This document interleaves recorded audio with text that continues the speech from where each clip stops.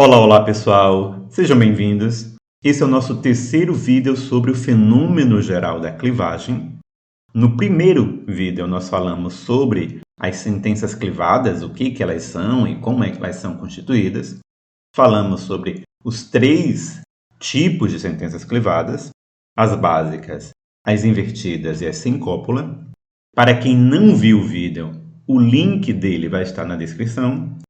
No segundo vídeo, nós não falamos diretamente sobre clivadas ou sobre clivagem, mas falamos sobre as sentenças relativas livres, porque elas são importantes para a gente entender este terceiro vídeo, que é sobre as sentenças pseudoclivadas. As relativas livres, basicamente, são sentenças relativas, mas que não estão modificando nenhum elemento nominal, nenhum substantivo, nenhum sintagma nominal. Elas são independentes de um elemento nominal. Como em 1, o que João comprou é a relativa livre, exercendo a função de sujeito da sentença, o que João comprou ainda não chegou. E como em 2, quem precisava de ajuda, é uma relativa livre, exercendo a função de objeto direto de eu ajudei quem precisava de ajuda. Agora nós vamos falar sobre o fenômeno da pseudoclivagem, que é um tipo de construção que tem um efeito semelhante à clivagem, também afeta a estrutura informacional da sentença, também atribui a um dos elementos da sentença a ideia de informação nova ou contrastiva, mas é construído a partir de uma estrutura diferente. Basicamente, na pseudoclivagem, nós temos uma estrutura do tipo x igual a y, em que o igual é a cópula, então seria alguma coisa do tipo x é y. Só que nessa estrutura, nós temos como x, como sujeito, uma sentença relativa livre e como nosso y, o predicado.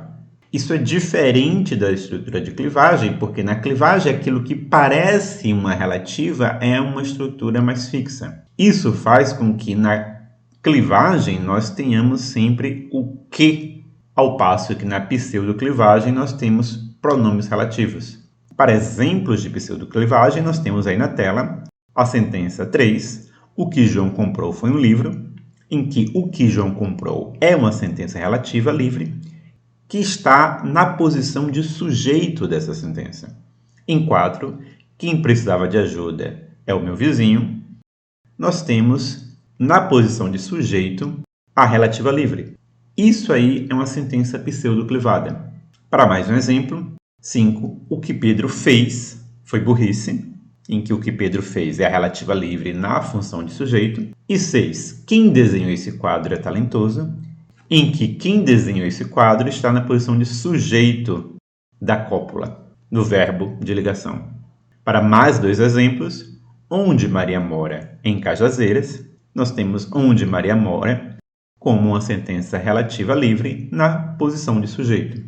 Em 8, quando Pedro chegou foi às 5 horas, em que quando Pedro chegou é exatamente o sujeito desse verbo de ligação.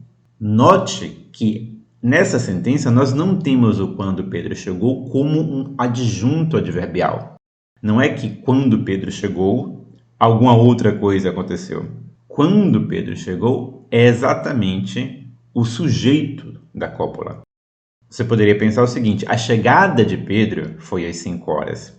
E aí, nessa paráfrase, está claro que a chegada de Pedro é justamente o sujeito da cópula, sobre o qual nós acrescentamos a informação do horário. Se você está acompanhando essa mini aula até aqui, deixe um comentário no vídeo. Se você não souber o que comentar, você pode deixar apenas a palavra sintaxe para marcar sua presença aqui no canal. Agora, assim como no fenômeno da clivagem havia tipos diferentes de estrutura clivada, em que havia algum tipo de manipulação, alteração da ordem sintática, nós também podemos ter alteração na ordem sintática das sentenças pseudoclivadas, e isso gera tipos diferentes de pseudoclivadas. Nós teríamos então as pseudoclivadas básicas, as reduzidas, as invertidas e as extrapostas. Na pseudoclivada básica, nós temos essa estrutura fixa x e y. Na pseudoclivada reduzida, nós continuamos com a estrutura x é y, só que o x, que é a sentença relativa, tem a omissão do próprio pronome relativo. Nós vamos ver mais à frente. Nas pseudoclivadas invertidas, nós fazemos uma troca das posições da sentença relativa e do predicativo. Então, o elemento que corresponde ao y, o predicativo, vem para antes da cópula, e o elemento que corresponde ao x, a relativa livre, vai para depois da cópula. E na pseudoclivada extraposta, o que nós temos é apenas o movimento da relativa livre para o final da sentença, sem que o predicativo mude de lugar. Vamos ver exemplos desses tipos todos. Em primeiro lugar, nós já vimos as pseudoclivadas básicas. Então, em 9, nós temos a estrutura quem pagou a conta foi Pedro, em que quem pagou a conta é a relativa livre na posição de sujeito dessa oração. E notem que essa é uma estrutura bem diferente da chamada clivada básica. A ordem básica na clivagem é foi X que sentença. Então, foi Pedro que pagou a conta. É uma clivada básica. Ao passo que quem pagou a conta foi Pedro é uma pseudoclivada básica. Notem, mais uma vez, a diferença do pronome e notem também a impossibilidade de construir a mesma ordem na clivada, porque que pagou a conta foi Pedro, com que invariável, não é uma sentença muito boa. Então, essa ordem, quem pagou a conta foi Pedro, só existe na pseudoclivada. A ordem básica da clivada é essa em que o que introduz a oração que tem um conteúdo principal no final da sentença. Vamos então falar sobre as pseudoclivadas reduzidas. O que seriam as pseudoclivadas reduzidas? Basicamente, é uma estrutura de pseudoclivada básica, só que nós omitimos o pronome relativo.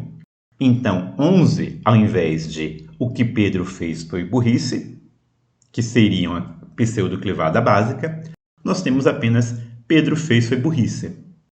Em 12, ao invés de o que eu quero é pizza, que seria uma pseudoclivada básica, nós temos eu quero é pizza, que seria então uma pseudoclivada reduzida. A redução da pseudoclivada é a omissão do pronome relativo. Agora, nem toda sentença pseudoclivada básica permite a omissão do pronome relativo para se tornar uma pseudoclivada reduzida. Por exemplo, em 13, onde Maria mora é perigoso. Se nós omitirmos o onde, Maria mora é perigoso, não é uma boa sentença em português. Em 14, quem gosta de imposto é idiota. Se nós omitirmos o pronome relativo quem, o resultado gosta de imposto é idiota não é uma boa sentença em português. Então, só em alguns casos, com alguns pronomes, é que nós podemos fazer essa omissão do pronome relativo, gerando a pseudoclivada reduzida. Continuando, como seriam as pseudoclivadas invertidas? Como eu já disse, a pseudoclivada invertida é um tipo de sentença em que nós trocamos de lugar o sujeito e o predicativo da pseudoclivada básica. Então, em 15, ao invés de o que João comprou foi um livro, nós temos um livro foi o que João comprou. Em 16, ao invés de quem precisava de ajuda é o meu vizinho, nós temos é o meu vizinho quem precisava de ajuda. Para mais 2 exemplos, em 17, ao invés de o que Pedro fez foi burrice, nós teríamos burrice foi o que Pedro fez. Em 18, ao invés de quem desenhou esse quadro é talentoso, nós temos talentoso é quem desenhou esse quadro. Para mais 2 exemplos, em 19, ao invés de onde Maria mora é em Cajazeiras, nós temos em Cajazeiras é onde Maria mora. E em 20, ao invés de quando Pedro chegou foi às 5 horas, nós teríamos às 5 horas foi quando Pedro chegou, em que nós temos essa inversão dos 2 constituintes principais da sentença, tanto do sujeito, expresso como relativa livre, quanto do predicativo. Para o último tipo de pseudoclivadas, nós temos as pseudoclivadas extrapostas, em que basicamente nós temos uma operação que pega a sentença relativa livre, que é sujeito da sentença, e move essa relativa livre para o final de toda a sentença. Então, em 21, ao invés de o que João comprou foi um livro, nós temos foi um livro o que João comprou. Em 22, ao invés de quem precisava de ajuda é o meu vizinho, nós temos é o meu vizinho quem precisava de ajuda. Em 23, ao invés de o que Pedro fez foi burrice, nós temos foi burrice o que Pedro fez. Em 24, ao invés de quem desenhou esse quadro é talentoso, nós temos é talentoso quem desenhou esse quadro. Antes de terminarmos, é bom nós fazermos uma comparação entre as pseudoclivadas extrapostas e as clivadas básicas, porque é justamente o subtipo das pseudoclivadas extrapostas que tem uma estrutura que é muito parecida com a estrutura das clivadas básicas e que faz com que as pessoas muitas vezes confundam uma e outra. Então, em 21, nós temos uma pseudoclivada extraposta. Foi um livro que João comprou, em que o que João comprou é o sujeito da sentença que foi deslocado para o final dela. E em 25, nós temos uma clivada básica. Foi um livro que João comprou.